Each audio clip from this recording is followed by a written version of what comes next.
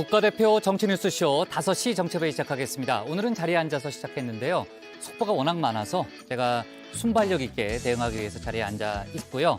자, 오늘 회의는 류 실장 박마커, 유채커 조멘토, 남진우 수호 통역사 그리고 정치회의 애청자 정의원들과 함께하겠습니다. 다들 바쁜 모양이네요. 쳐다보지도 않고. 속보가 너무 많아서. 그래요? 그렇습니다. 속보 많아요? 네. 네, 알았습니다. 유채커 나가서 이제 발제 준비하면 되고요. 알겠습니다. 류 실장, 조금 전에 이제 JTBC에서도 특보를 했습니다만 조국 전 법무장관에 대한 법원의 1심 판단이 내려졌잖아요. 실형이 나왔죠? 그렇습니다. 3년 넘게 지금 재판이 이어졌는데 네. 오늘 조국 전 장관 결국 징역 2년의 실형 그리고 600만 원 추징 결정을 받았습니다. 재판부는 딸과 아들의 입시 비리 혐의 대부분을 유죄로 인정했는데요. 다만 도주할 우려가 없다면서 법정 구속하지는 않았습니다. 이미 징역 4년의 실형을 확정받은 부인 정경심 전 교수는 오늘 아들 관련한 혐의로 징역 1년이 더 추가됐습니다. 재판을 마치고 조국 전 장관도 밖에 나와서 입장을 밝혔는데요. 일단 항소할 뜻을 얘기를 했죠. 저희가 잠시 후에 조금 더 얘기를 해보도록 하고요. 정치권은 오늘도 역술인 천공을 둘러싼 공방이 뜨겁네요. 그렇습니다. 대통령실이 지금 직접 나서고 있는데 네. 천공이 관저 결정에 개입했다 이 의혹을 제기했던 부승찬 전 국방부 대변인 그리고 그의 발언을 최초로 보도했던 언론사 2곳까지 고발을 했습니다. 정치권의 공방도 이와 관련해서 뜨거운 상태인데요. 민주당은 무속 프레임을 다시 꺼내면서 윤 대통령이 직접 입장을 밝히라고 압박을 했습니다. 국민의힘은 이건 청담동 술자리 시즌2라면서 천공과 관련한 얘기 가짜 뉴스에 불과하다고 일축했습니다. 관련된 공방은 저희가 주우민에서 자세히 얘기해 보도록 하고요. 오늘 뉴스가 많으니까요. 서둘러 가고 또 속보를 반영해 가면서 회의를 진행하도록 하겠습니다. 유한울의 뉴스픽5부터 오늘의 정치부회의 출발하겠습니다.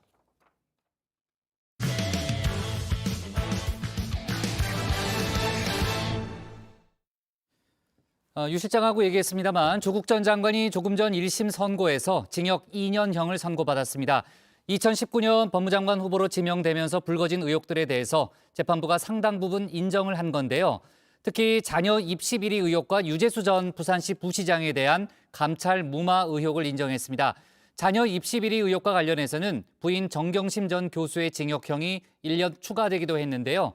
정치권 반응까지 포함해서 관련 소식을 유한울 체커가 정리했습니다. 네, 5시 하면 다정해 정의원들의 뉴스 큐레이터 울체커입니다. 이번 주의 마지막 뉴스픽은 원픽으로 진행합니다. 조국 사태 징역 2년입니다. 조국 전 법무장관에 대한 1심 선고 공판이 오늘 오후 2시에 열렸습니다. 2019년 12월의 마지막 날 재판에 넘겨진 지 3년여 만입니다. 재판에 쏟아지는 관심만큼 법원도 실시간 중개법정까지 따로 두는 등 만반의 준비를 했는데요. 공판 시작 20분 전 모습을 드러낸 조 전 장관은 말을 아꼈습니다. 재판 3년 만에 선고 앞두고 계신데요. 혹시 심경 한 말씀 부탁드리겠습니다. 국민들께 한마디만 부탁드리겠습니다.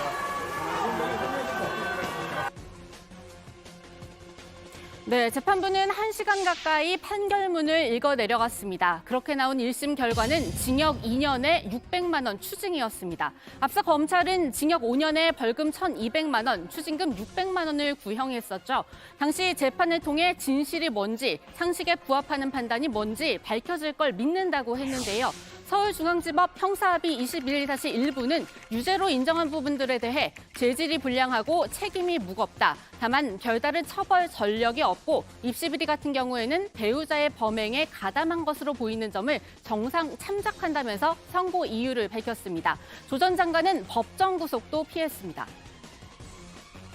횟수로 5년째 만에 1심 재판 선고를 받았습니다.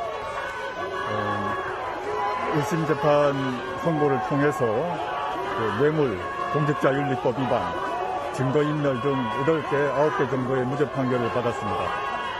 이 점에 대해서 재판부께 깊은 감사를 드립니다. 다만 직권남용 등에 대해서는 유죄 판결을 내리셨습니다. 이 점에 대해서 항소하여 더욱더 성실하게 다툴 것입니다.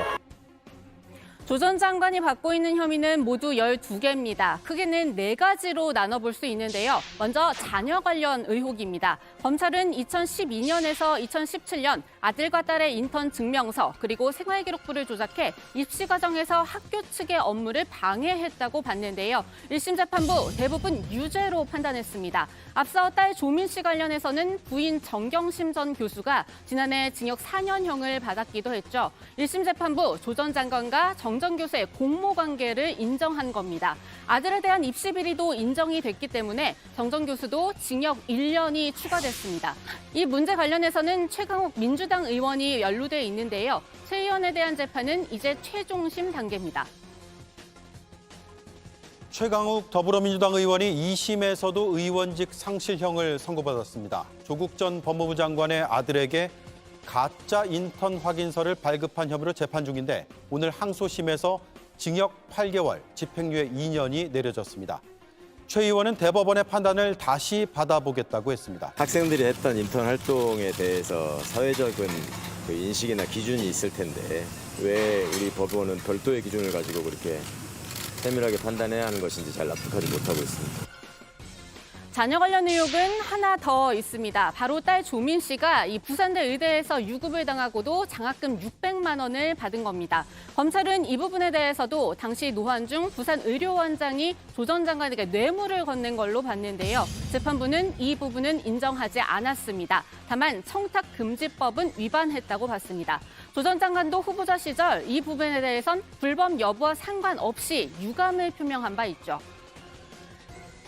제 가족이 요구하지도 않았고 절차적 불법도 없었다는 점을 내세우지 않고 국민들의 질책을 받고 또 받겠습니다.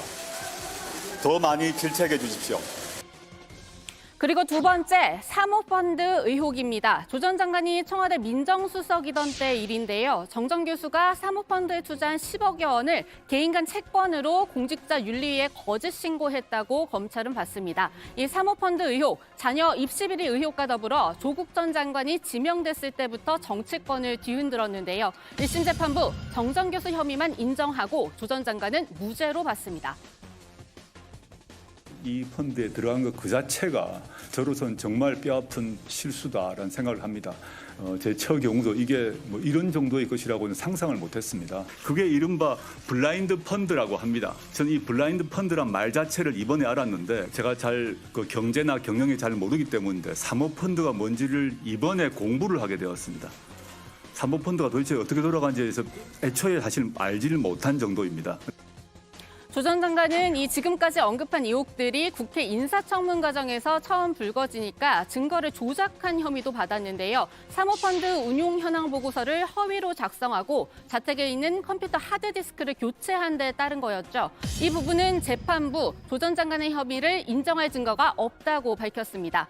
그리고 이번 재판에 가장 나중에 병합된 사건, 이른바 감찰 무마 의혹입니다. 이 역시 조 전 장관이 민정수석일 때 일인데요. 유재수 전 부산시 경제부시장의 비위 첩보를 묵살했다는 혐의, 1심 재판부는 인정했습니다. 같은 혐의로 기소된 백원우 전 청와대 민정비서관도 징역 10개월을 선고받았습니다.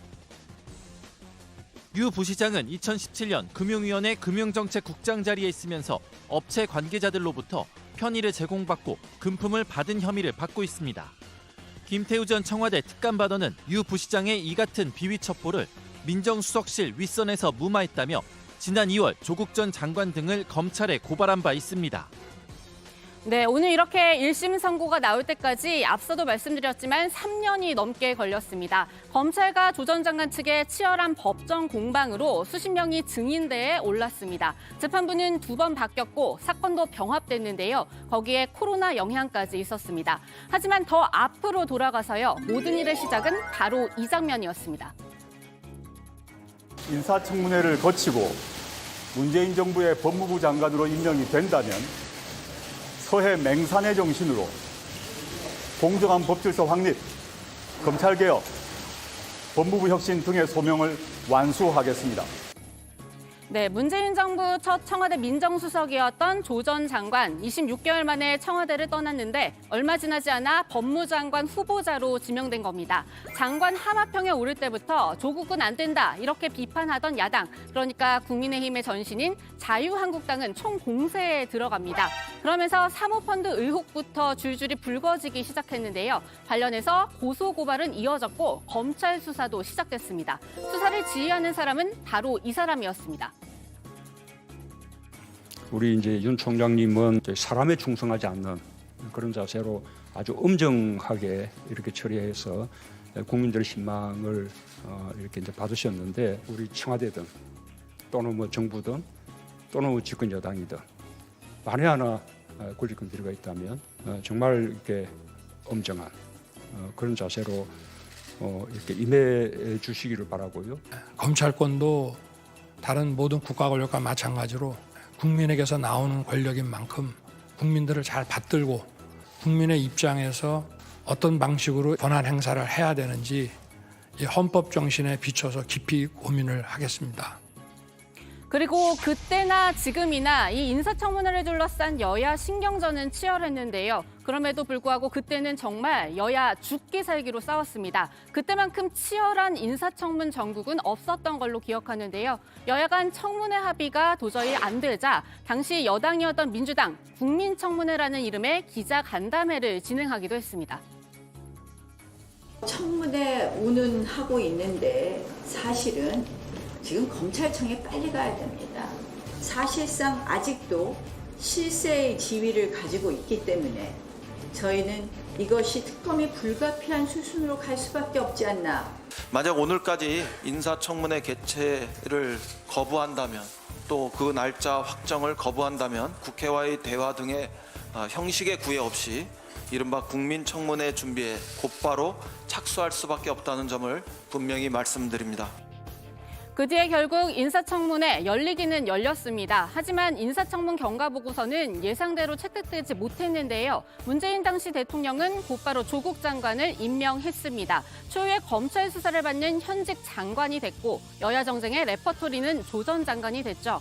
그렇게 갈린 곳은 정치권뿐만이 아니었는데요. 국민들도 반으로 갈렸습니다.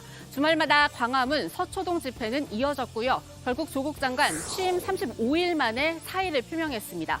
검찰개혁 불쏘시개 역할은 여기까지다 이렇게 밝혔는데요. 그 뒤로 조 전 장관 가족에 대한 수사, 그리고 조 전 장관 본인에 대한 수사도 진행됐고 결국 오늘까지 오게 된 겁니다. 그새 정권도 바뀌었죠. 하지만 꾸준히 그리고 지금까지도 거론되는 이른바 조국 사태입니다. 이 외치는 이름이 좀 달라졌을 뿐 국민들은 여전히 반으로 갈려 있습니다. 김건희 구속, 한동훈 구속.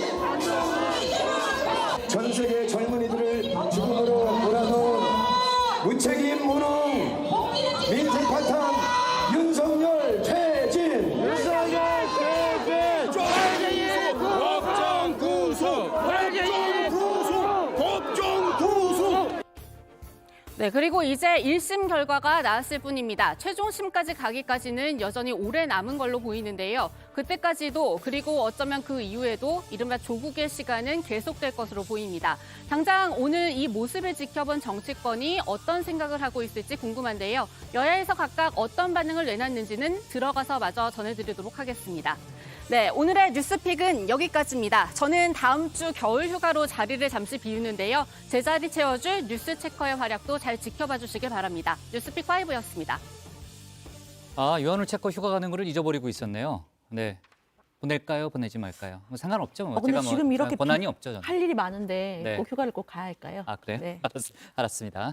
네, 자, 유체커가 관련 속보를 잘 정리를 했는데요. 지금 혐의가 뭐 여러 개가 있고 또 그 유죄가 인정된 게 있고 또 무죄가 나온 게 있기 때문에 그거를 잘 이제 분류해서 설명을 해야 되는데 또 유체커가 핵심적인 내용은 다 이제 정리를 했습니다.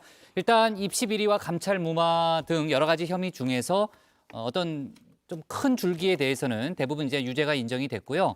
법원에 그 실형 선고하는 그런 1심 판단이 나왔습니다. 일단 그 자녀 입시 비리 의혹에 대해서는 대부분 혐의가 인정이 됐는데 사법부 판단에 대해서 조 전 장관이 직접 입장을 밝혔죠. 근데 조 전 장관은 재판부를 나서면서 직접 입장을 밝혔는데요. 1심 재판에 대해서는 겸허히 받아들이고 남은 유죄를 받은 부분에 대해서는 2심 때 항소해서 유무죄를 다투겠다고 말했습니다. 또 횟수로 5년째 만에 1심 재판 선고를 받았다면서 그간의 소회를 밝히기도 했는데요. 직접 들어보시죠. 2019년 제가 법무부 장관으로 지명된 후 여기 계신 언론인 여러분 포함하여 당시 검찰, 언론, 보수야당은 제가 사모펀드를 통해서 권력형 비리를 저질렀다고 십자포화를 퍼부었습니다. 어떤 분들은 제가 그 사모펀드를 통해서 정치자금, 대선자금을 모았다고 주장했습니다. 그러나 저는 사모펀드에 대해서는 기소조차 되지 않았고 저의 배우자 정경심 교수도 사모펀드 관련해서는 거의 모두 무죄를 받았습니다.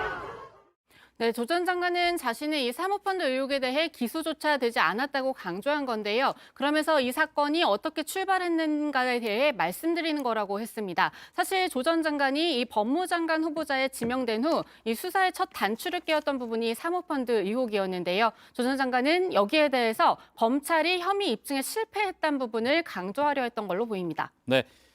수사 단계부터 사회적 파장이 워낙 컸고요. 이번 재판 이후에도 정치적인 후폭풍은 클 걸로 일단 예상이 되고 있습니다. 정치권에서는 여러 가지 반응이 나오고 있는데 일단 국민의힘 쪽에서 상당히 적극적인 입장을 내놓고 있죠. 그렇습니다. 좀 예상했던 바인데요. 국민의힘은 사필 귀정이다 이런 입장을 내놨습니다. 그러면서 조국 수호 대열에 섰던 민주당이 국민 앞에 석고대죄해야 한다라고 했는데요. 그러면서 소환한 인물 다름 아닌 이재명 대표였습니다. 직접 들어보시죠. 2019년에 조국 수호는 더불어민주당의 범죄 혐의자 비호를 위한 정쟁만 난무한 국민 분열의 시간이었습니다. 조국 수호 대열에 섰던 더불어민주당은 국민 앞에 섰고 대죄해야 합니다. 개인 비리 혐의자인 이재명 대표 방탄에 다 걸게 한 민주당은 반면교사로 삼아야 합니다. 네, 민주당은 이번 주말 그러니까 내일 장애 집회를 앞두고 있는데요. 민주당은 윤석열 정부의 무능과 무책임 등에 대한 실상을 국민에게 알리는 보고대다 이렇게 말을 했지만 국민의힘은 조국 수호 집회 시즌2가 될 것이다. 이재명 수호 집회라고 비판하고 있죠. 조 전 장관에 대해서 법원이 실형 선고를 내리면서 이를 다시금 강조한 걸로 보입니다. 네, 일단 민주당은 민생 파탄의 경종을 울리는 차원의 그런 집회라고 설명을 하고 있고요. 저희가 정치 인사에 대해서 조금 더 추가적으로 얘기를 해보겠습니다. 자, 어쨌든 민주당 쪽의 반응을 좀 보면 그동안 이제 조국의 강을 건너야 한다. 여러 가지 이제 당내 공방도 있었고, 물론 또 일각에서는 조국 전 장관을 지켜야 한다는 그런 목소리도 있었고, 그동안 이제 조국 전 장관을 둘러싼 혼란이 상당히 컸는데 오늘 재판 이후에 입장이 나온 게 있습니까? 네, 국민의힘에서 적극적인 공세를 펴는 반면에 민주당에서 아직 공식 논평은 나오지 않고 있습니다. 하지만 조금 전에 이 박성준 대변인이 한 언론에 좀 출연해서 한 이야기가 나왔는데요. 제가 네. 보면서 좀 말씀을 드리면 네네. 그 모든 권력자에게 동일한 잣대를 대야 한다면서 이 김건희 여사에 대한 수사도 진행돼야 한다 이렇게 주장했습니다. 또 이 민주당 내부에서도 강경파로 분류되는 철험의 의원들의 반응도 좀 궁금한데요. 네. 아직까지는 침묵을 지키고 있는 모습입니다. 네. 그동안 조국 백서 여러 책도 냈고 아마 관련 인사들의 발언이 나오지 않을까 하는 생각이 들고 속보가 나오면 저희가 반영을 해가면서 회의를 진행하도록 하겠습니다. 오늘 법원이 이제 여러 가지 혐의에 대해서 이제 판단을 했는데 조국 전 장관 부부가 아들의 그 인턴 활동 증명서 등을 허위로 발급받아서 대학원 입시에 사용한 혐의에 대해서 유죄로 인정을 했습니다. 유죄 결정을 내렸고요. 자, 이렇게 되면은 조 전 장관의 아들에 대한 연세대 입학 취소 결정에도 영향을 미칠 수 있다. 이런 분석이 나오고 있죠. 네, 연세대는 지난해 초 아들 조 씨의 정치외교학과 대학원 입학 허가 취소를 논의하기 위한 입학 전형 공정위원회를 구성을 했는데요. 이 재판에 앞서 연세대 관계자는 조 전 장관 부부의 1심 선고 결과 등을 고려를 하되 최강욱 의원에 대한 대법원 확정 판결이 나온 이후 결론을 낼 것이라고 말했던 바 있습니다. 앞서 최 의원은 법무법인 변호사로 일할 당시 이 조 전 장관의 아들에게 허위 인턴 확인서를 발급을 해서 조 씨가 지원한 대학원의 입시 업무를 방해한 혐의로 의원직 상실형을 선고받았는데요. 1심에 이어 2심에서도 징역 8개월, 집행유예 2년을 선고받았습니다. 최 의원은 납득하기 어려운 판결이라면서 상고를 한 바 있습니다. 네. 조국 일가의 이제 남은 재판도 좀 짚어보면요. 지난해 4월이죠. 4월 부산대가 조 전 장관의 딸 조민 씨의 의전원 입학 취소를 확정한 바 있었는데요. 그 이후에 조민 씨가 이를 취소해달라는 소송을 냈습니다.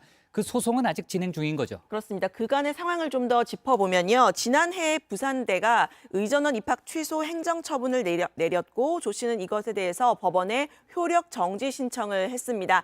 입학 취소 처분을 취소해달라 이런 소송이었는데 법원이 조 씨의 신청을 일부 받아들이면서 의전원 입학 취소 처분은 정지가 된 상황입니다. 조 씨는 첫 재판부터 그동안 진행된 변론기일에 한 번도 출석하지 않았는데요. 다음 달 16일에 열리는 재판에서는 증인으로 재판에 처음 출석을 하게 됩니다.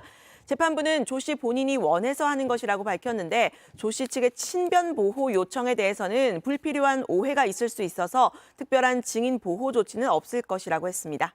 네, 조국 전 장관 재판과 관련해서는요. 계속해서 정치권에 이제 반응이 나오고 있으니까요. 유체커가 속보 좀 챙겨가면서 네. 수시로 얘기를 해주기 바라고요.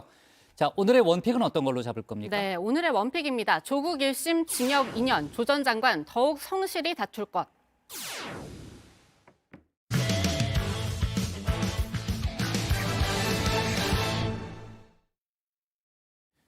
윤석열 대통령의 관저 결정에 역술인 천공이 개입했다는 의혹이 제기됐죠. 부승찬 전 국방부 대변인이 자신의 저서에 의혹을 밝힌 건데요. 대통령실은 가짜 뉴스라고 반발하고 있습니다. 부 전 대변인과 해당 의혹을 첫 보도한 언론사 두 곳의 기자를 오늘 고발하기도 했는데요. 박준호 막거가 주민에서 관련 소식 정리했습니다.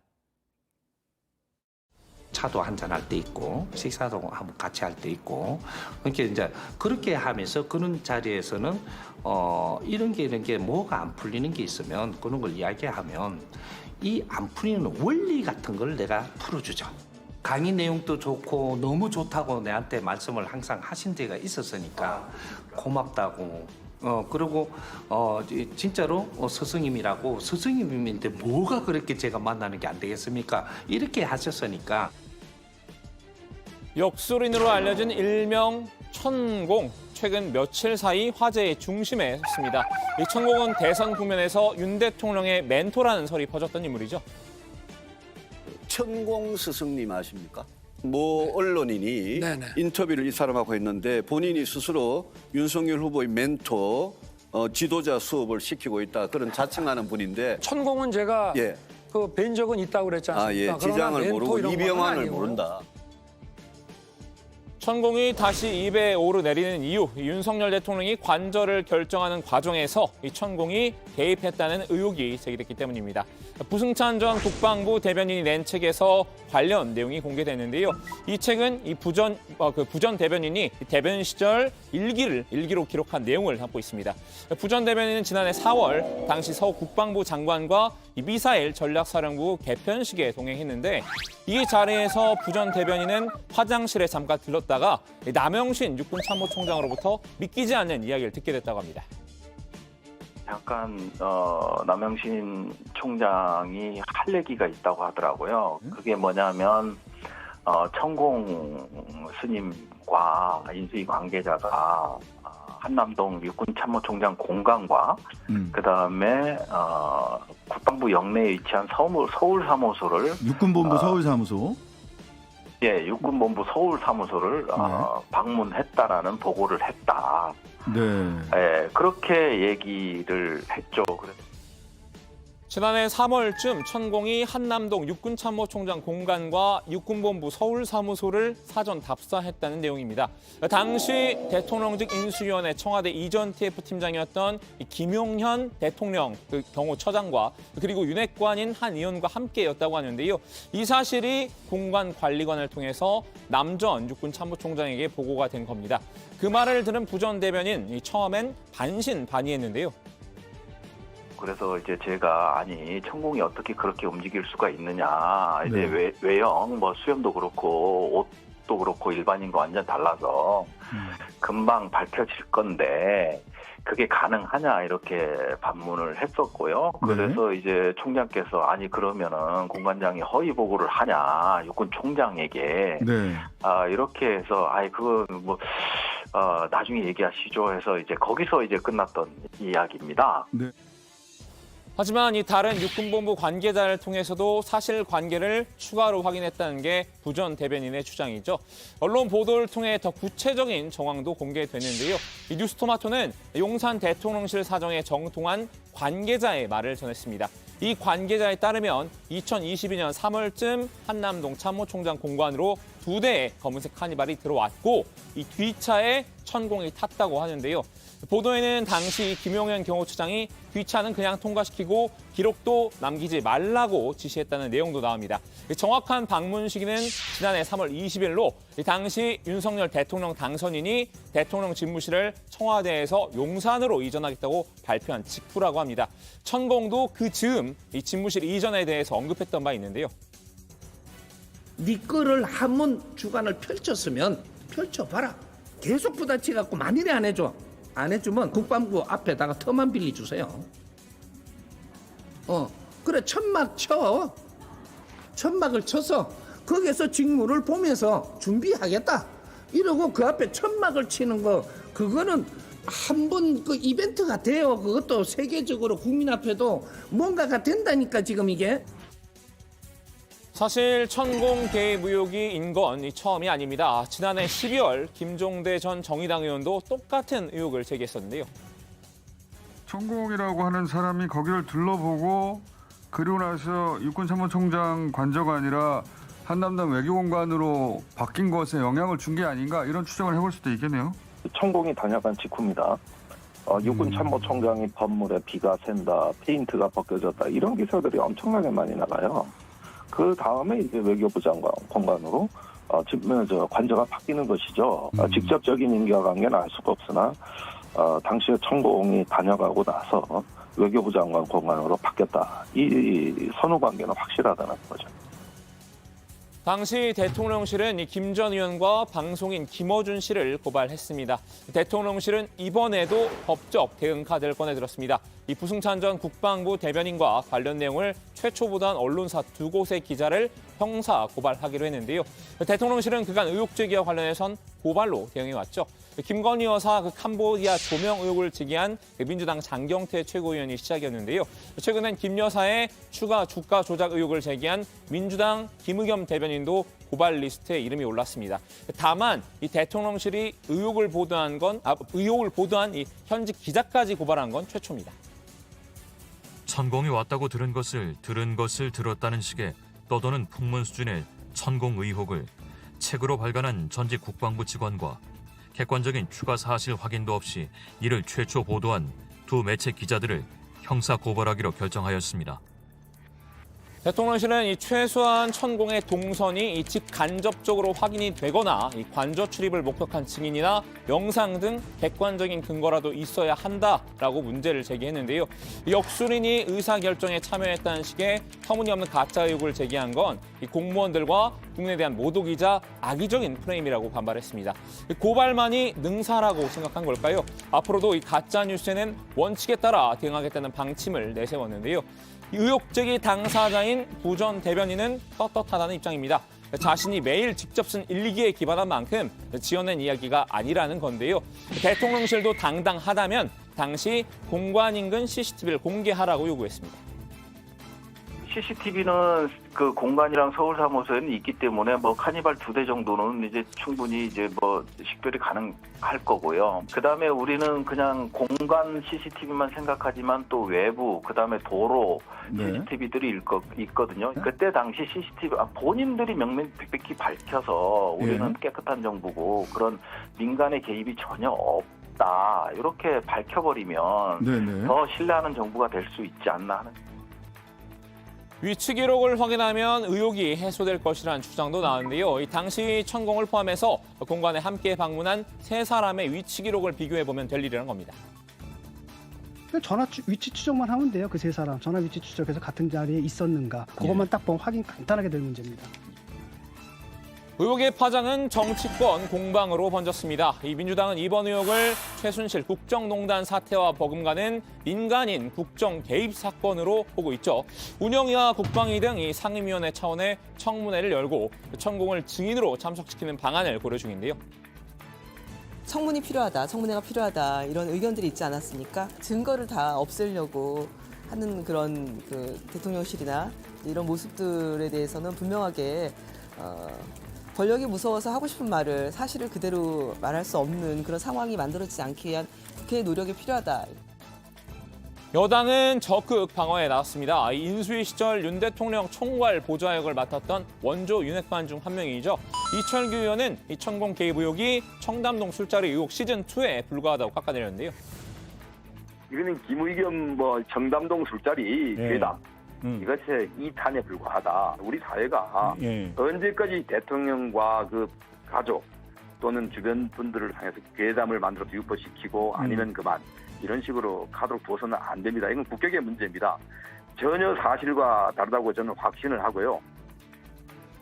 의혹 해소에도 자신감을 보였습니다. 수사하면 될 일이라는 건데요. 수사를 통해 의혹이 사실이 아닌 것으로 드러나게 되면 가짜뉴스를 유포한 이들에게 법적 책임을 물어야 한다고 강변했습니다. 수사를 하면은 그 천공이라는 분, 그 사람이 어떤 사람인지 모르겠지만 그분의 핸드폰 위치 추적하면 다 나올 거 아닙니까? 수사해가지고 명확히 국민들에게 밝혀야 될 것이고요. 여기에 가담하고 이걸 갖다 이용하는 분들 아마 법적 정책 의원님 될 것입니다. 국민의힘 하태경 의원도 이 김용현 대통령실 경호처장의 입장을 전했는데요. 김 처장이 휴대폰을 공개할 용의까지 밝혔다고 합니다. 네, 물어봤어요. 내가 그 옆에 있었다는 명현. 그래서 세게 이야기해달라. 절대 아니다. 같이 있었으면 핸드폰에 위치 정보가 남잖아요. 핸드폰 2개 대조해서 천공 스승의 핸드폰과 내 핸드폰을 그렇죠. 대조해서 보면 된다. 그렇죠. 그 시간대에. 다 공개된다는 거죠. 절대 아니다. 아주 강력하게 말씀하시더라고요. 절대 아니라 천공. 내가 그분이랑 종종 통화를 했는데 선거 때 그 이후로도 오늘 통화할 때 가장 톤이 셌어요. 자, 오늘은 천공의 대통령 관저 개입설을 둘러싼 진실 공방을 살펴봤는데요. 이 명확한 진실이 밝혀질 때까지 정치권의 신경전도 계속 이어질 것 같습니다. 오늘 주민 한마디는 이렇게 정리합니다. 정치권 강타한 천공 개입설, 대통령실 의혹 제기 부승찬 등 고발. 네, 대통령실이 서울경찰청에 이제 부승찬 전 대변인 등을 이제 고발을 했기 때문에 앞으로 이제 관련 수사 상황도 저희가 좀 챙겨볼 예정이고요. 대통령실이 좀 전에 이제 김의겸 더불어민주당 대변인을 명예훼손 혐의로 고발을 했잖아요. 이제 김건희 여사 관련한 내용이었는데 민주당이 오늘 김대기 대통령 비서실장을 무고죄로 서울경찰청에 고발했다는 거죠. 네, 맞습니다. 김의겸 대변인은 지난달 27일 이 논평을 통해서 김건희 여사가 도이치모터스 외에도 다른 주식의 주가 조작에 가담했다는 의혹을 제기했었죠. 대통령실은 지난달 30일 김 대변인을 명예훼손 혐의로 경찰에 고발했었는데요. 민주당은 맞고발 방침을 세웠습니다. 여기에 따라서 김승원 민주당 법률위원장과 김 대변인은 오늘 오전 서울경찰청을 방문해 고발장을 냈습니다. 명예훼손 혐의 같은 경우 명예를 훼손했는지 여부가 중요하기 때문에 김건희 여사가 주가 조작을 했는지 여부가 먼저 전제 조건으로서 사실관계가 규명되어야 할 것입니다. 그래서 특검은 특검대로 추진하지만 그 전에 경찰에서 사법기관에서 주가 조작에 대해서 먼저 실체가 규명되어야 할 것이고 그 중요한 계기가 될 것이라고 생각을 합니다. 네, 김의겸 대변인은 대통령실이 고소고발을 남발하는데 이는 대통령실의 전유물이 아니라면서 우리도 맞고발로 법이 만인 앞에 평등하다는 걸 입증하겠다 이렇게 말했는데요. 김승원 법률위원장도 대통령실의 고발은 김 여사를 경호하기 위해 야당 대변인의 입을 막겠다는 행위다 이렇게 꼬집었습니다. 또 대통령실이 공적인 일을 할 때 신중하기를 바라는 마음으로 무고죄 형사고발을 한다 이렇게 밝혔습니다. 네.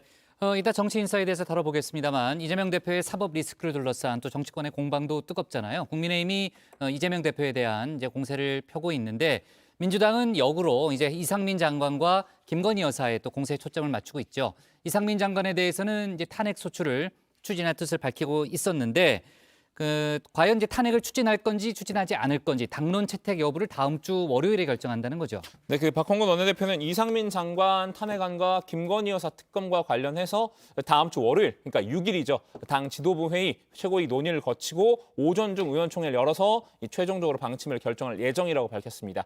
민주당은 어제 의원총회를 열고 두 사안에 대한 입장을 공유를 했지만 결론을 내지 못했는데요. 다만 의원들이 이 사안에 대한 결정을 원내 지도부에 위임을 했고 지도부는 추후 의견 수렴을 거쳐서 최종 결론을 내릴 것으로 전해졌습니다.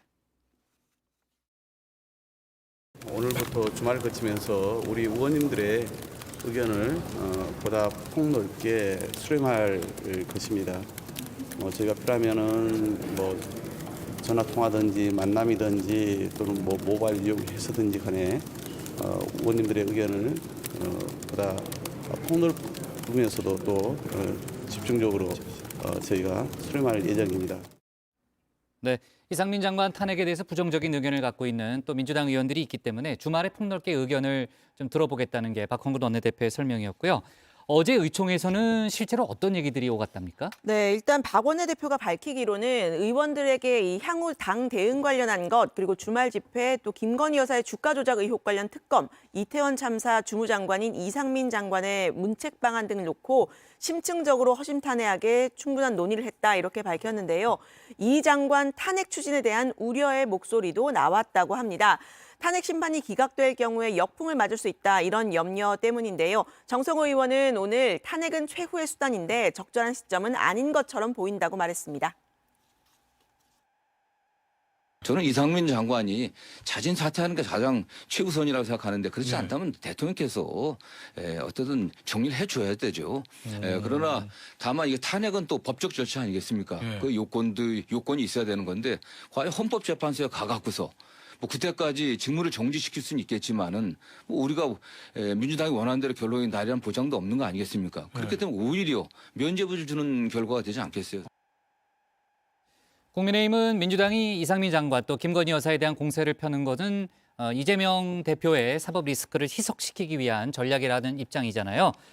국민의힘은 민주당의 탄핵 추진에 대해서도 오늘 입장을 밝혔죠. 네, 그렇습니다. 주호영 국민의힘 원내대표는 민주당이 이상민 장관 탄핵소추안 발의 여부를 논의한 데 대해서 탄핵소추는 기분상 마음에 안 든다고 할 수 있는 게 아니다, 이렇게 쏘아붙였는데요.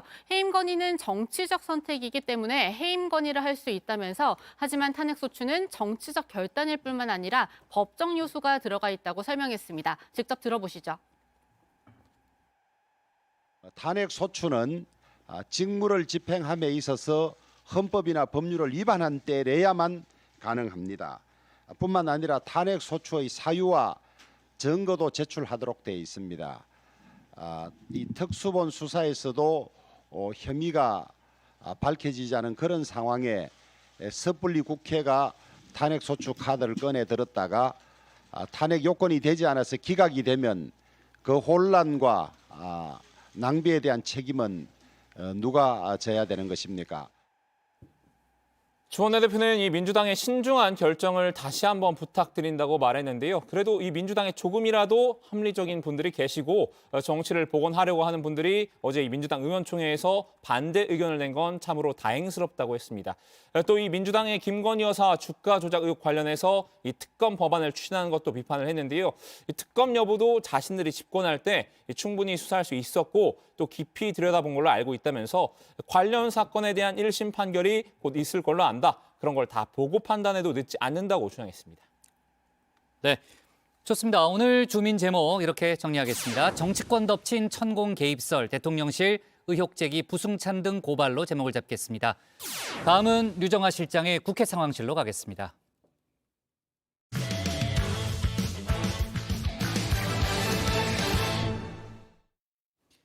친윤계, 이른바 윤핵관 의원들이 일제히 국민의힘 안철수 의원 공격에 나섰죠.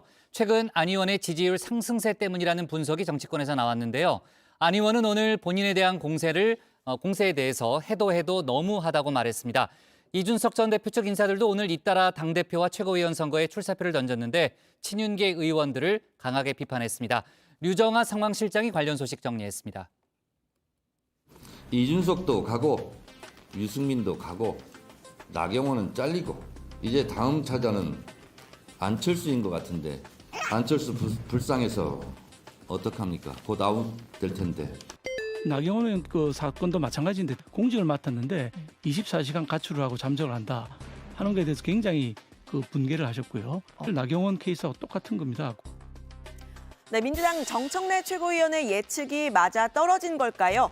국민의힘 친윤계 박수영 의원이 안철수는 나경원이다 이렇게 확인을 해줬습니다. 안철수 당시 인수위원장에게 윤석열 대통령이 분개한 적이 있다 공개를 하기도 했는데요. 안 의원과 나 전 의원의 또 다른 공통점, 윤 대통령이 시킨 일을 거절했다는 거였습니다. 대통령 허락 없이 저출산위 부위원장을 내려놨던 나 전 의원처럼 안 의원도 장관 혹은 총리 제안을 받았는데 이걸 거절했다는 겁니다. 이 역시 윤 대통령의 기분을 상하게 했다 이런 설명인데 안 의원은 제안을 받은 적이 없다고 말했습니다. 정부직을 제안했을 때 거절하는 것도 하나의 정치입니다. 안 그렇습니까? 제가 예를 들어서 우리 기자님 보고 우리 식사 한번 해요. 차한잔 한다 할 때 가고 싶은데 내가 지금 시간이 없다는 다른 약속 좀 미안합니다. 이게 거절하는 방식이에요. 나 싫어요 하면은 가자고 해서는 기분이 어떻겠어요? 네, 윤 대통령은 대통령 직속 저출산위 부위원장직에서 나 의원을 해임했죠. 대통령 직속 국민통합위원을 맡고 있던 안철수 캠프의 선대위원장 김영우 전 의원도 전격 해촉했다는 소식이 어제 들려왔습니다. 친윤계 장제원 의원과 전화 통화 내용을 공개한 당사자죠. 장제원 의원이 또 나경원 의원을 반윤 우두머리다 이렇게 강하게 몰아붙이면서 김기현 의원이 이제 김장 끝이다. 김장연대 없다 이런 식으로 하니까 제가 장제원 의원이라면 인간적으로 좀 섭섭하긴 할 것 같아요. 사적 전화를 언론에 얘기한다는 자체가 도의적으로 말도 안 되는 것이고요. 참 너무 심하게 안철수 캠프에서 저를 공격하고 있지 않습니까? 그래서 그런 것도 좀 자제하라 그런 얘기를 했습니다. 네, 김영우 전 의원은 해촉 결정을 존중한다는 입장을 밝혔는데요. 대통령실의 이런 결정, 안 의원이 윤심이 아니라는 증거다 이런 해석이 나오자 안 의원이 직접 나서서 반박을 했습니다. 오히려 대통령실이 선거운동을 더 열심히 하라는 뜻이라고 해석했습니다. 공직을 맡은 사람이 또 한 선대위에서 중요한 직책을 맡고 있는 것 자체가 좀 부자연스럽지 않습니까? 그러니까 오히려 더 정말 일반 시민의 입장에서 제대로 된 그런 선거운동을 펼치라, 저는 그런 뜻으로 해석하고 있습니다. 네, 하지만 안 의원에 대한 친윤계 혹은 윤 핵관들의 비판 계속되고 있죠. 윤석열 정부 들어서 곤란했던 순간들마다 안 의원이 대통령과 각을 세워왔다고 했습니다. 여당에서 대통령 인사권은 대통령 고유 권한이에요. 여당 의원이 대통령에게 국무위원을 해임하라 뭐하라 공개적으로 말하는 것은 그런 사람이 당대표가 될 때 과연 당과 대통령실이 원만하게 소통이 되겠습니까? 이준석 대표가 우리 당을 가지고 흔들 때 우리 안 대표 어디 계셨어요? 해외에 계시면서 심판 노름했습니다. 예전부터 뭐라고 나무라는 시험이보다 말리는 시누이가 더 얄밉다 하는 얘기가 있잖아요. 네, 더 직접적으로는 윤심은 김기현 의원이다라고도 말을 했습니다. 안 의원과는 새 정부 출범 이후에 즉 인수위가 끝나고 나서는 단 한 번도 밥도 차도 안 마셨다 이런 설명을 덧붙였습니다. 대통령께서 안철수 후보하고는 단독으로 만나본 적이 없다. 같이 식사한 적도 없다. 차를 마셔본 적도 없다 하는 그런 여러 가지 팩터들을 말씀하셨으니까 그에 근거해 보면 대통령께서 어떤 생각을 갖고 있는지는 당연히 추정할 수 있을 것이라고 봅니다. 네, 대통령실 관계자도 여러 언론 인터뷰를 통해서 윤심은 안철수에게 있지 않다 이렇게 밝혔는데요. 윤심이 아니라 나는 윤힘이다. 그리고 윤안 연대를 하겠다 내세우고 있는 안 의원의 대응은 이 친윤은 안 되더라도 반윤이 될 수는 없겠죠. 윤 대통령이 직접 한 말은 아니지 않느냐라고 말했습니다.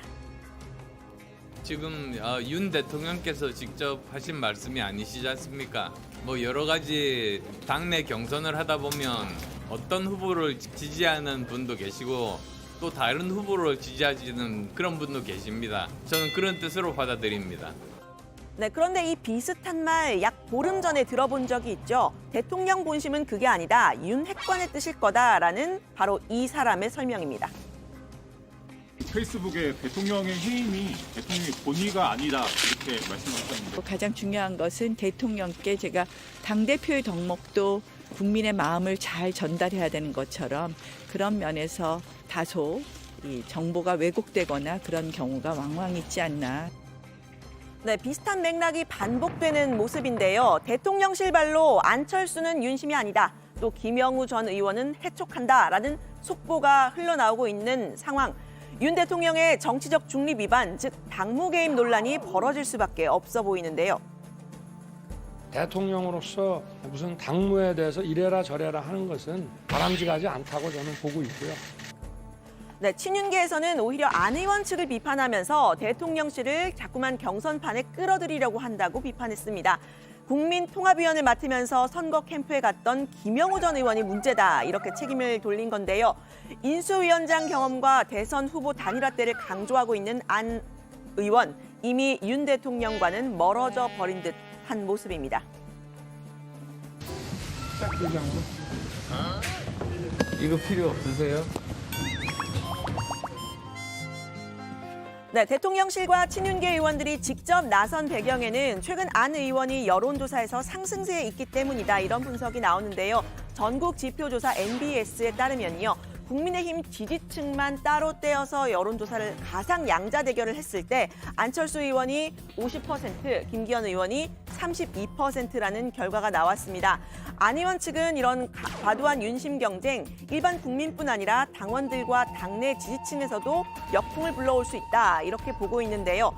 안 의원은 오늘 긴급 기자회견을 열고 해도 너무하다고 말했습니다.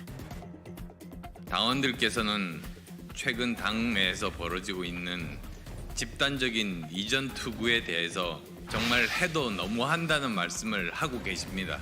우리는 분열하는 경쟁이 아니라 화합하는 경쟁을 해야 합니다. 윤심팔이 경쟁이 아니라 윤석열 대통령께 힘이 되는 윤심 보태기 경쟁을 해야 합니다. 네, 여론조사 결과를 받아든 김 의원은 더 치열한 선거운동을 하겠다 밝혔는데요. 고민이 깊어 보입니다. 여론조사는 여러 가지 또 변동이 있는 것이니까 선거운동을 더 치열하게 임할 것이고요. 현장에서 느끼는 당원들의 민심은 매우 뜨겁게 정통 보수의 뿌리를 지켜온 저 김기현에게 향하고 있다는 것을 확인할 수 있기 때문에 반드시 이길 것입니다. 네, 안철수 의원이 친윤계와 대통령실을 대하는 대응이 순한 맛이었다면요, 매운맛으로 대응하는 사람들도 있습니다. 오늘 당대표 선거에 공식 출마한 천하람 전남 춘천갑 당협위원장인데요. 과도한 윤심팔이에 대한 천 위원장의 말 직접 들어보시죠. 현재 우리 당의 문제점을 한마디로 말하자면 여당 되니까 옛날에 못된 버릇 나온다 하는 것입니다. 사람에게 충성하지 않는다라는 명언을 남긴 대통령에 대한 우스울 정도의 충성 경쟁, 윤심팔이는 대통령과 국민의힘 모두의 지지도와 신뢰도를 갉아먹는 주범입니다. 네, 친윤계, 특히 윤 핵관을 콕 집어서 비판을 했는데요. 대통령에 대한 충성 경쟁으로 위기에 봉착했던 박근혜 정부 때를 소환했습니다. 친윤, 윤핵관을 자처하는 사람들이 앞장서서 정부와 여당에 대한 신뢰를 박살내고 있다는 점입니다. 우리는 왜 친박의 대통령이었다가 진박의 대통령이었다가 문고리의 대통령으로 점점 작아져서 결국 파국을 맞이했던 과거의 사례에서 교훈을 얻지 못하는 것입니까? 네, 천 위원장의 출마가 관심을 끄는 이유요, 바로 이 천 위원장을 포함해서 이준석 전 대표와 가까운 인물들이 집단적으로 출마를 했기 때문입니다. 전당대회 판세에 영향을 미칠 건가 관심이 쏠리고 있는데요. 친윤 대 비윤 내지는 반윤 구도가 더욱 선명해질 수가 있겠죠. 최고위원에 출마한 허은하 의원은 최근 당내에서 본인을 전문대 승무원 출신이라고 무시하는 비상식적인 폭력과 따돌림이 이루어지고 있다고 폭로를 했습니다. 이준석 전 대표가 당대표에서 물러날 때 공개적으로 목소리를 냈던 현직 의원 중 한 명입니다. 저는 검사, 언론, 기존 정치인 출신이라는 그 어느 엘리트 출신도 못한 일, 그들이 권력 앞으로 앞다퉈 줄 서고 있을 때 윤핵관의 집단적인 폭주에 맞서 유일하게 소신의 목소리를 낸 최고위원 후보입니다. 네, 한동안 조용했던 이준석 전 대표는 허 의원과 김용태 전 최고위원의 후원회장을 맡으면서 이 전당대회판에 다시 목소리를 내고 있는데요. 온라인상에서는 사실상 선거운동에 돌입한 모양새입니다. 윤핵관들이 누군가를 음해하고 권력 다툼을 할 준비만 하고 있을 때 허은하 의원은 선거를 이기기 위해서 전국을 돌고 나는 국대다 출신의 대변인들 하나하나를 살피며 이끌었습니다. 이것이 마지막 도전도 아니지만 가장 용기 있는 도전이라고 확신합니다. 네, 친윤계의 안 의원 공격, 거슬러 올라가면 나경원 전 의원과 유승민 전 의원에 이어서 이준석 전 대표가 있죠. 윤핵관이라는 장명을 한 당사자기도 합니다. 야권의 시각은 이렇습니다. 이준석 대표 그렇게 내보냈죠. 민심을 가지고 있는 유승민도 날리고 당심을 가지고 있는 나경원은 저출산 부위원장 기후대사 해임시켜버리고 압박을 해가지고 결국 굴복하게 만들었잖아요. 안철수 후보는 윤심이 아니다 하고 윤핵관들이 일제히 공격을 해버리고 무차별하게 린치를 가하는 걸 보면은 저게 어떻게 전당대회입니까? 전쟁이고 지명이지. 네, 이 전 대표와 가까운 인사들이 대거 출마를 하면서 이 전 대표가 당 대표직에서 물러나게 됐던 과정 역시 전당대회의 논쟁거리 중 하나가 될 수 있어 보이는데요. 지금 친윤계에서 김기현 의원을 주목하게 된 계기도요. 김 의원이 원래부터 윤 대통령과 가까웠기 때문 아니죠. 이 전 대표가 물러나는 과정에서 중요한 역할을 했기 때문이라고 합니다. 어떻게든 안고 잘 가자고 울산으로 초청해가지고 1차 봉합도 하고 설득했지만 도저히 이대로는 안 된다 생각했을 때 거침없이 이준석 대표 불신임 안을 올려가지고 결국은 이준석 대표를 승복을 시켰잖아요. 그래가지고 2차 봉합을 해가지고 우리가 선거 갈 수 있게끔 만들어서 역할을 다 하신 분이에요. 네, 사실 이번 전당대회 이 전 대표가 임기를 채우지 못하면서 조기에 치르게 된 거죠. 당시 지도부에서 비대위로 전환하는 데 역할을 했던 조수진 전 최고위원도 최고위원으로 다시 출마를 했습니다. 당시 상황에 대해서는 이렇게 해명했습니다. 비대위 체제 전환 그리고 당대표의 문제에 대해서 제가 직접적으로 책임질 사람은 아니라고 생각을 해요. 과거의 일이나 자신의 일로 당의 분란과 논란과 여러 가지 좋지 않은 일이 생겼을 때는 진정성 있게 송구하다는 말씀을 드리고 반성과 혁신하는 모습을 보여드리는 게 저는 정치인의 도리라고 생각을 합니다. 네, 오늘이 불과 후보 등록 마감일인데요. 전당대회는 벌써 과열 양상이라는 평가가 나오고 있습니다. 당무에는 관여하지 않는다고 했던 윤석열 대통령, 다음 달 8일 전당대회에는 참석을 하겠다 공식화한 상태죠. 윤 대통령이 손을 들어주게 될 당대표 누가 될까요? 다정회와 함께 알아보시죠. 네, 오늘 발제는 이렇게 정리합니다. 나경원 다음은 안철수, 윤석열 대통령 당무 개입 논란, 이준석계 집단 후보 등록. 네, 오늘 이제 후보 등록이 끝났기 때문에 이제 본격적인 선거 운동에 들어가게 되고요. 조금 전에 이제 유 실장이 얘기했던 대로 벌써부터 과열 양상이라는 얘기가 국민의힘 내부에서도 나오고 있는 그런 상황입니다. 어제 저희가 이제 주민에서 관련된 얘기를 좀 짚어봤는데 이준석 전 대표와 가까운 지금도 가깝죠. 천하람 순천갑 당협위원장이 오늘 출마 선언을 했습니다. 전반적인 발언을 들어보면요, 아예 윤핵관 퇴출을 기조로 삼은 것 같아요. 네, 그렇습니다. 천 위원장의 오늘 출마 기자회견 상당히 강한 어조였는데요. 대통령에게 해를 끼치고 대통령을 작게 만드는 간신배들은 더 이상 국민의힘에 발붙이지 못하게 해야 한다고 했습니다. 친윤계, 그중에서도 윤핵관을 특히 겨냥한 건데요. 대구 출신으로 전남 순천이 지역구인 천 위원장은 오늘 대구 밤샘 시민 인사에 나설 계획입니다. 천 위원장 측 인사는 대구에서 쓰러질 때까지 윤핵관 퇴출을 외치겠다고 했습니다. 네, 보통 이제 양강구도란 평가를 많이 받아왔던 안철수, 김기현 의원 측의 입장이 혹시 나온 건 있어요? 네, 일단 안철수 의원은 천 위원장의 출마에 환영의 뜻을 밝혔습니다. 누구든 전당대회에 나와서 치열하게 경쟁하면 컨벤션 효과를 누릴 수 있다 했는데요. 안 의원은 앞서 나경원 전 의원이 당심 1위 여론조사가 나올 때 출마를 독려하기도 했었습니다. 저는 개인적인 표 계산하지 않습니다. 누구든 여기 전당대회에 나와서 치열하게 경쟁하면 많은 국민들의 관심을 불러일으키고 결국은 누가 당대표가 되든 우리는 컨벤션 효과를 누릴 거다. 그건 당의 큰 자산이 된다. 네, 천 위원장의 출마가 관심을 끄는 건 이준석 전 대표와 가깝기 때문인데요. 김기현 의원의 반응은 아직 나오지 않았습니다. 나오면 제가 전해드리도록 하겠습니다. 네, 자, 어제도 그랬습니다만 친윤계 의원들이 안철수 의원에 대한 공세를 계속 펴고 있습니다. 이철규 의원 같은 경우에는 어제도 그랬고 오늘도 언론에 나와서 여러 가지 이제 발언을 했죠. 안철수 의원이 이제 반윤이라는 게 이제 또 친윤계 의원들의 주장인데 또 이제 다른 논란도 있습니다. 김기현 의원 측에서 제기했던 국민의당 당비 문제도 다시 수면 위로 올렸다는 거죠. 네, 그렇습니다. 국민의당이 국민의힘과 합당한 이후에 국민의당이 갖고 있던 부채 8억 원을 국민의힘이 대신 변제를 했다고 하는데요. 안 의원은 합당하기 전에 개인적으로 국민의당에 빌려줬던 부채가 있는데 여기에 대한 이자까지 국민의힘에 청구했다고 합니다. 안 의원은 선거법상 문제가 될 수 있기 때문이라는 입장인데요. 이철규 의원은 이 문제를 재차 제기를 하면서 안 의원의 공감 능력이 떨어진다 이렇게 직격을 했습니다. 이 합당할 시기까지죠. 그 시기에 이자까지 다시 달라 이렇게 청구하셨어요. 본인이 8억을 전부 다 포기하고 특별 당비로 납부해도 전혀 문제가 없습니다. 네, 그러시면 하시는 모습을 볼 때 우리가 저는 안철수 후보님의 이 어떤 생각, 그분의 공감의 폭이 어떤 건지 좀 이해하기 의아스럽습니다. 안철수 의원은 직접 나서서 이 의원의 말을 반박했는데요. 이 공감 능력이 떨어진다는 말엔 동의할 수 없다면서 과도한 비난이라고 반발했습니다. 10년 전에 아마 기억하실 겁니다. 제가 청춘 콘서트 할 때 공감의 아이콘이었거든요. 모든 사람들이 제가 공감 능력이 탁월하다고 했습니다. 그때 공감 능력이 그렇게 많았던 사람이 10년 후에 공감 능력이 제로일 리가 있겠습니까? 그래서 그거는 단순히 비난을 위한 비난이다. 전당대회가 과열 양상으로 흐르고 있는데 특히 이제 김기현 안철수 김기현 후보 간에는 네거티브가 좀 심한 거 아니냐는 의견이 당내에서도 좀 많이 나오고 있고요.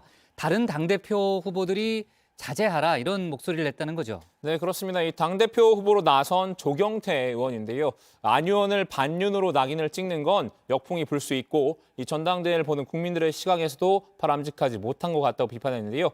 이 친윤, 반윤을 가르는 사람들은 윤리위에 회부해야 한다고도 주장했습니다. 안철수 의원께서 윤석열 대통령을 찍었겠습니까? 더불어민주당의 이재명 후보를 찍었겠습니까? 윤석열 대통령을 찍으면 친윤이잖아요. 아닌가요? 제 논리가 틀렸습니까? 친윤, 반윤, 비윤으로 가름할 그분들은요. 전 윤리위에서 좀 이걸 한번 엄중히 좀 이렇게 들여다봐야 된다고 생각해요. 네, 황교안 전 대표도 윤심을 대변하는 특정 후보가 있진 않은 것 같다고 진화에 나섰는데요. 여러 정보가 있는데 윤핵관이 말하는 것과 윤 대통령이 말하는 건 차이가 있는 것으로 안다고 전했습니다. 네, 아까 이제 최고위원 선거도 부분적으로 이제 유 실장이 소개를 했는데 거기도 이제 친윤 대 비윤 혹은 반윤 구도로 짜지고 있다는 거죠. 그렇습니다. 최고위원은 총 4명을 뽑는데요. 이 친윤계로는 제가 아까 소개드렸던 조수진 전 최고위원과 이용, 이만희, 태영호 의원, 또 비윤계에서는 이준석 전 대표와 가까운 허은하 의원, 또 김용태 전 최고위원 등이 출마를 했습니다. 여기서 이제 여성 쿼터가 약간 있기 때문에 조수진 전 최고위원과 허은하 의원이 격돌을 할 것으로 보이고요. 한 명을 뽑는 청년 최고위원회는 윤석열 대통령의 1호 청년 참모를 자처하는 장해찬 청년재단 이사장 그리고 이 전 대표와 가까운 이기인 경기도의회 의원 등이 출사표를 던졌습니다. 네, 최고위원 경쟁도 아주 뜨겁겠네요. 네. 구도 자체가 이제 친윤 대 반윤으로 짜여지면요. 네, 좋습니다. 정치부회를 꼭 봐야 된다고요? 네. 누가 정리할 건데요? 이제 다 정리를 해야겠죠. 아, 그래요? 네. 좋습니다. 자, 오늘 발제 이렇게 정리하겠습니다. 다음은 안철수, 윤 대통령 당무개입 논란, 이준석계 집단 후보 등록으로 제목을 잡겠습니다. 다음은 조익신 멘토의 정치 인사이드입니다.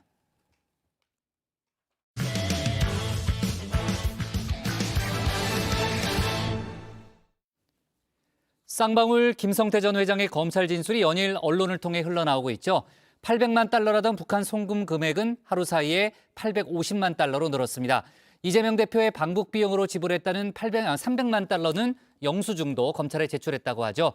김 전 회장과 경기도 사이에 연결고리 역할을 했다는 의심을 받고 있는 이화영 전 경기부지사는 김 전 회장의 주장을 정면으로 반박하고 나섰습니다. 관련 내용을 정치 인사이드에서 짚어봅니다.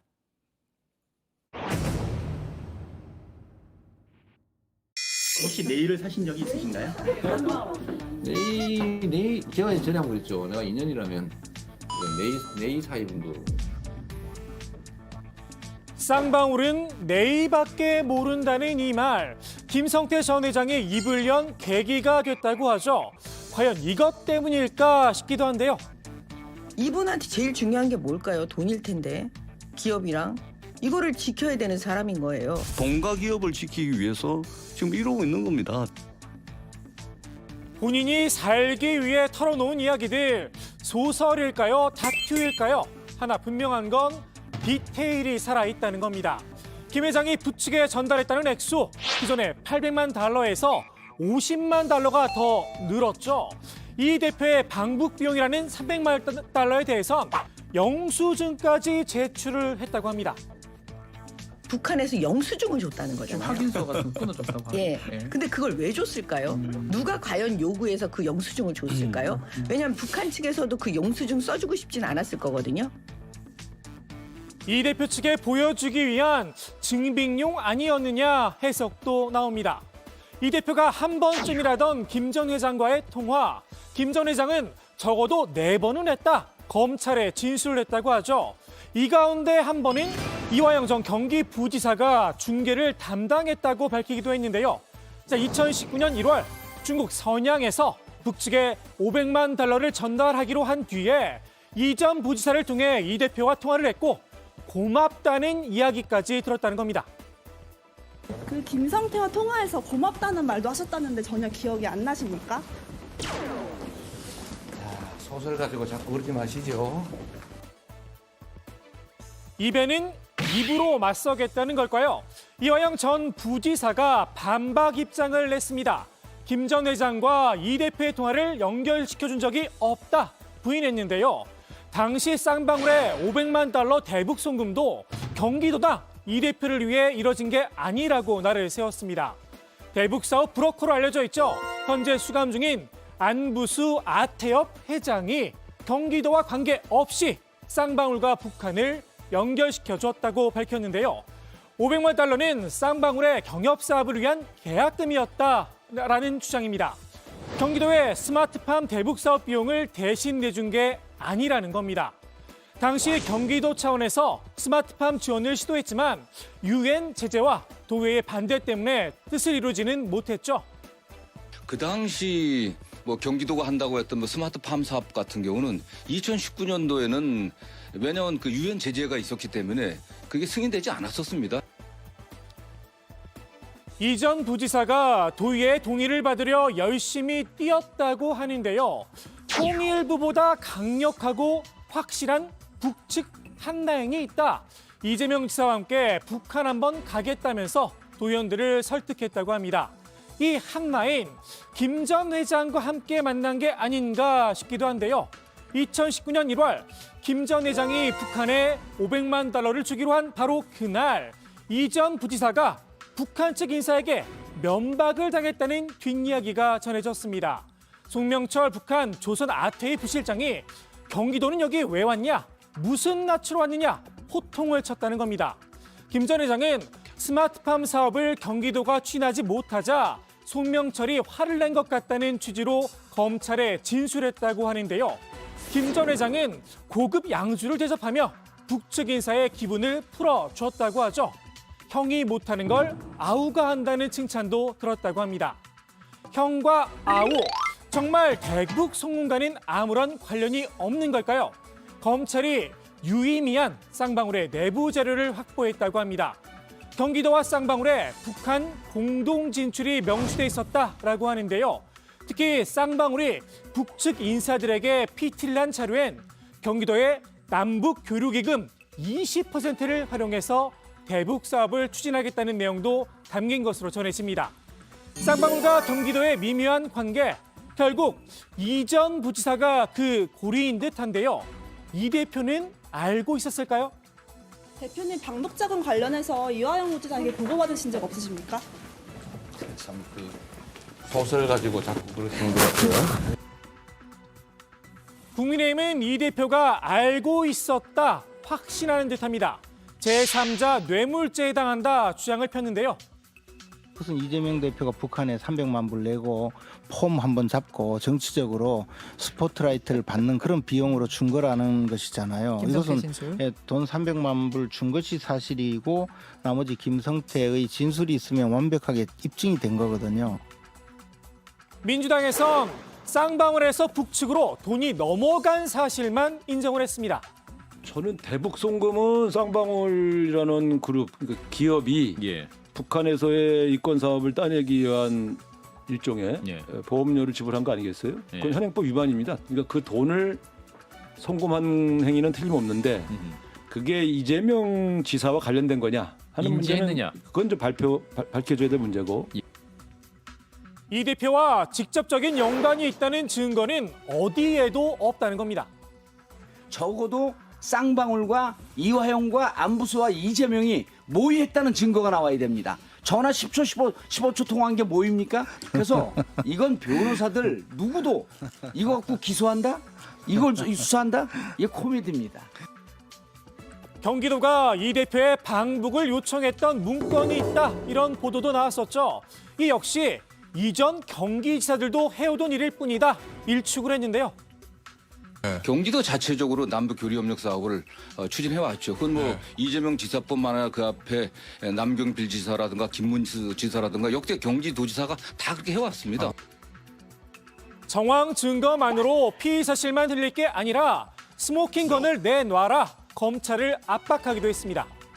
그 의혹만 언론에 흘러내리면은 검찰이 어떻게 되겠느냐. 살인 사건이 났어도 경찰은 칼을 찾아야 되고 맞습니다. 시체를 찾아야 되고 그 증거가 있어야 된다. 그런데 진짜 이재명 대표 방북 요건으로 요청 목적으로 받았습니까? 증인 신청을 북한 사람들 불러야 돼요. 자, 북한 사람들 나옵니까? 안 나오잖아요. 검찰 잘하는 거 하면 됩니다. 이제 북한 정부든 북한 노동당이든 압수수색 들어가야 돼요. 검찰 수사가 이 대표를 조여오는 가운데 민주당은 내일 대규모 장외투쟁을 예고했죠. 집회의 명칭은 윤석열 정권 민생 파탄 검찰 독재 규탄 대회인데요. 국민의힘은 이 검찰 독재에 방점을 찍었습니다. 이재명 방탄용 아니냐는 겁니다. 이재명 대표는 간교한 요설로 국민을 속이지 말고 검찰 수사에 응하시기 바랍니다. 광장은 국민의 것이지 범죄 혐의자의 것이 아닙니다. 민주당 내에서도 국민들 눈에 방탄으로 비칠 수 있다, 우려의 목소리가 있었죠. 그러니까 국민들 보시기에는 이거 결국은 맞불 놓고 방탄하기 위한 거 아니냐. 민주당 전체가 똘똘 뭉쳐서 또 방탄하는 거 아니냐. 그래서일까요? 검찰 독재가 아닌 민생 파탄에 화력을 집중했습니다.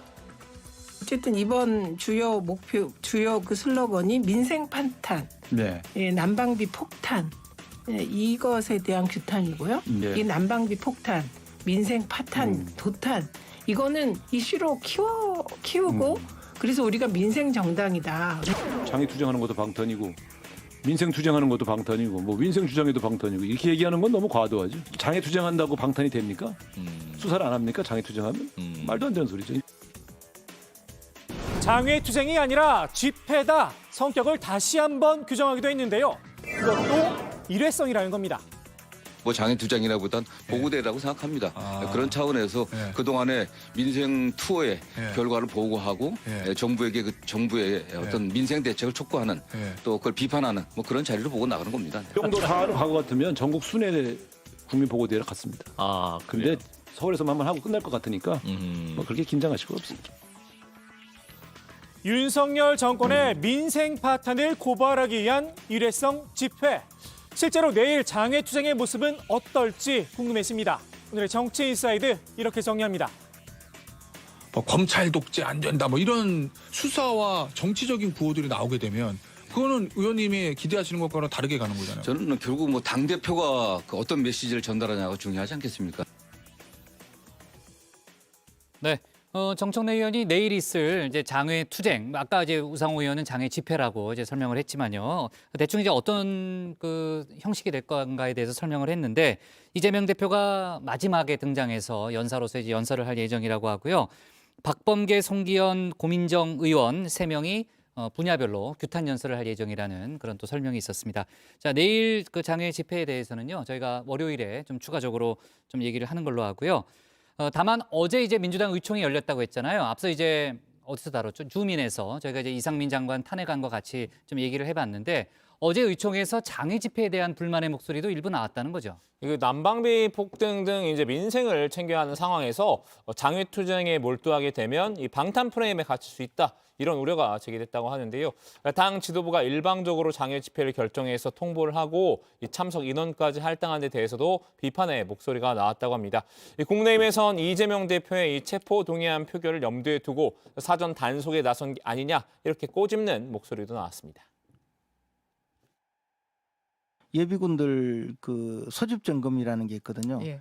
평소에 있다가도 전시에 그냥 부르면 안 올 수가 있으니까 수시로 한 번씩 훈련을 소집 점검이라고 해서 모아서 점검을 해요. 자기가 예비군인지 알고 있는지. 지금 의원들이 이제 체포동의안이 오면 전부 부결시키자고 그냥 해서는 안 되니까 소집 점검을 하는 거죠. 그나저나 이재명 대표가 언제 검찰에 나갈지는 아직 확정은 안 된 거죠. 네. 아마도 이번 주는 당연히 좀 이번은 어렵고요. 당연히 안 예, 다음 주말을 이용하라고 했으니까 아마 다음 주 주말쯤이 다음 되지 주 주말? 않겠냐 이렇게 예측을 좀 다음 하고 주 있습니다. 토요일이면 한 11일 정도 일단 예상이 될 수 있겠네요.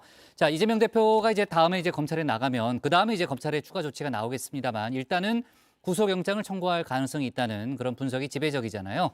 이제 구속영장을 청구하게 되면 국회에 체포동의안이 넘어오게 되는데 그 체포동의안이 과연 가결될 거냐 부결될 거냐에 대해서 며칠 전에 이제 조익신 멘토가 또 분석한 적도 있습니다. 당내 여러 가지 역학구도를 분석한 적이 있는데 일단 국민의힘에서는 기대를 하고 있죠. 민주당 내에서 이탈표가 발생을 해서 가결이 될 거다 이렇게 어떻게 보면 희망 섞인 이야기를 내놓고 있는데 박홍근 원내대표가 표 단속이 필요하다는 얘기를 한 게 그런 분석의 또 하나의 단초가 된 거죠.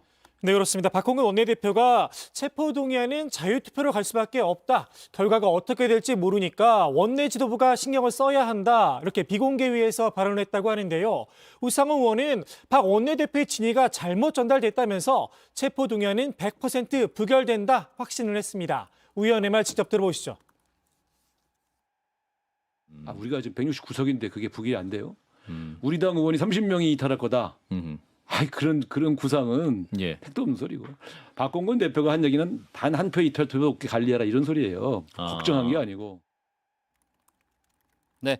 자, 내일 이제 민주당 장외 투쟁 또는 이제 장외 집회가 열리고 다음 주 월요일에 이제 민주당 의총이 예정이 돼 있고 이제 의총에서 논의할 내용이 많잖아요. 이상민 장관 탄핵안에 대한 구체적인 방향을 정한다고 했는데 그 방침이 완전히 확정이 되는 거죠, 박마커. 월요일에 의총에서. 네, 그 원래는 오늘 이제 비공개 최고위원회 회의에서 결정이 될 줄 알았는데 그게 아니고 다음 주 6일 의총에서 이제 한다고 하고 박홍근 원내대표 앞서 밝혔지만 주말에 이제 최대한 여론 수렴을 해보겠다.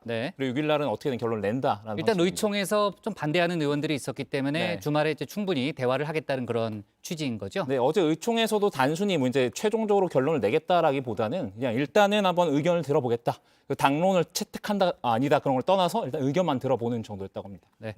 자, 그리고 그 얼마 전에 이제 국민의힘 김기현 의원이 이제 가수 남진 씨와 배구 선수 김연경 씨 사진을 올려서 논란이 됐잖아요. 그 이후에 이제 남진 씨가 김기현 의원을 알지도 못한다 이런 좀 발언을 하기도 했고 김기현 의원이 결국 유감의 뜻을 밝히는 이제 그런 좀 일종의 사과를 하기도 했는데 오늘 김연경 선수가 또 입장을 내놨네요. 이제 어떤 내용이냐면 김연경 선수 측의 입장은 일단 김기현 의원이 배구를 상당히 대화를 나눠보니까 배구를 상당히 좋아하고 또 김연경 선수의 경기를 기억해주는 이제 그런 모습이 있었고 정치를 잘 모르지만 좋은 분 같아서 그냥 힘내시라고 한마디 한 게 전부였다라는 게 이제 김연경 선수의 설명이고요. 다만 SNS에 사진을 올린 부분에 대해서는 본인이 허락했다는 그런 설명도 있었습니다.